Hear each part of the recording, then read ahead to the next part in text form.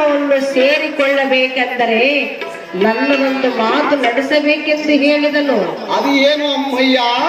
ಪ್ರತಿದಿನವೂ ನದಿಗೆ ಹೋಗಬೇಕು, ಸರ್ಪವನ್ನು ಸಿಂಬಿಯಾಗಿ ಮಾಡಿಕೊಂಡು ಮರಳಿನ ಕೊಡದಿಂದ ನೀರನ್ನು ತೆಗೆದುಕೊಂಡು ನನ್ನ ಪಾದ ಪೂಜೆಗೆ ನೀನು ಬಂದರೆ ಆಗ ನೀನು ನನಗೆ ತಕ್ಕ ಸತಿ ಆಶ್ರಮವನ್ನು ಸೇರಿಸಿಕೊಳ್ಳುವನೆಂದು ಹೇಳಿದನೋ ನಿನ್ನ ತಂದೆ ಅಗ್ನಿ. ಜಮದಗ್ನಿ ಭಾರ್ಗವ, ಅಮ್ಮಯ್ಯ ನಿನ್ನ ತಂದೆಯ ಮಾತನ್ನು ಕೇಳಿ ನಾನು ನದಿಗೆ ಹೊರಟಾಗ ದಾರಿಯಲ್ಲಿ ಏನಾಯಿತು ಗೊತ್ತೇ? ಅಮ್ಮಯ್ಯ, ಸರ್ಪವು ಮನುಷ್ಯನ ರೂಪವನ್ನು ತಾಳಿ ನನ್ನೊಳಗೆ ಮಾತನಾಡಿತು. ಅದೇನು ಅಮ್ಮಯ್ಯ? ಅಮ್ಮ ರೇಣುಕ, ನೀನು ಚಿಕ್ಕವಳಿದ್ದಾಗ ನಿನ್ನನ್ನು ಕಚ್ಚಿದ ಕಾರಣ ನಾನು ಶಾಪಗ್ರಸ್ತನಾಗಿರುವೆನು. ಈಗ ನನಗೆ ಸಿಂಬಿಯಾಗಿ ಬರವನೆಂದು ಹೇಳಿತು ಆ ನಾಗಸರ್ಪವು.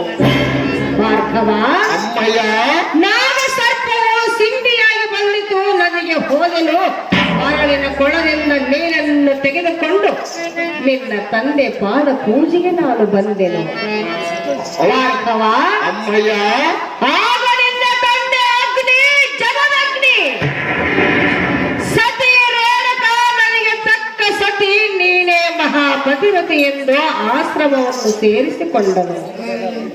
ಭಾರ್ಗವ, ಅಮ್ಮಯ್ಯ, ನಮ್ಮಂಥ ದೇವತರ ಗರ್ಭದಲ್ಲಿ ಜನಿಸಿದ ನಿನಗೆ ಈ ಕಾರ್ಯವು ಸಲ್ಲತಕ್ಕದ್ದಲ್ಲ. ರಾಮ ಕೊಡುವುದಿಲ್ಲ ನನ್ನ ಹೆತ್ತ ತಾಯಿ ನಿನಗೆ ಎಂದೆಂದುವರೆಯಮ್ಮ.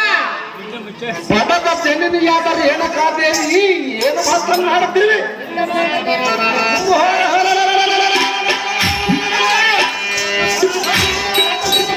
ಕಾರ್ತಿವೀರನು ದೇವಧಾನ್ನವರಿಗಿಂತ ಮಿಕ್ಕಿ ಮೀರಿದವರೆಂದು ಹೇಳಿದೆಯಲ್ಲ. ಆದರೆ ಈ ನಿನ್ನ ತಲೆಯ ಮುಂದೆ ಅವನು ಪರಾಕ್ರಮ ನಡೆಯುವುದಿಲ್ಲ. ಆಗ ಅಮ್ಮಯ್ಯ, ಅದು ಹೇಗೆಂದರೆ ನನ್ನ ಸರಿ ಸಾಮಾನ್ಯರು ಯಾರಿಲ್ಲವೆಂದು ಆ ಕಾರ್ತಿವೀರನ ಕದಂದಿರನು.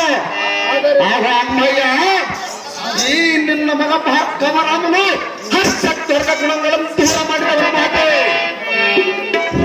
ಆಗ ಅಮ್ಮಯ್ಯ, ಬಾಪರು ಇಂಥ ಚಿತ್ರೋಪನ ಮುಂದೆ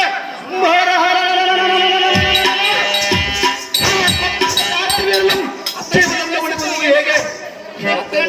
ಆಗ ಅಮ್ಮಯ್ಯ, ಸೌದಿಯ ಕಾಷ್ಟ ಬೆಟ್ಟದಷ್ಟಿದ್ದರೂ ಒಂದು ಕಿಡಿ ಅಗ್ನಿಯ ಸುಟ್ಟು ಭಸ್ಮ ಮಾಡಲು ಬಿಡುವುದೇ ಮಹಾಜ್ಞಾನಿಯಾದ ನೀನು ವೆಚ್ಚದ ನೇಮವನ್ನು ಕೊಡ ಅಮ್ಮಯ್ಯ.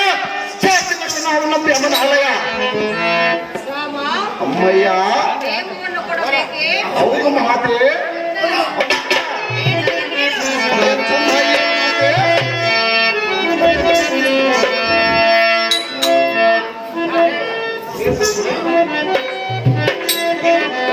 ಮಗನೇ ಜಗದಿ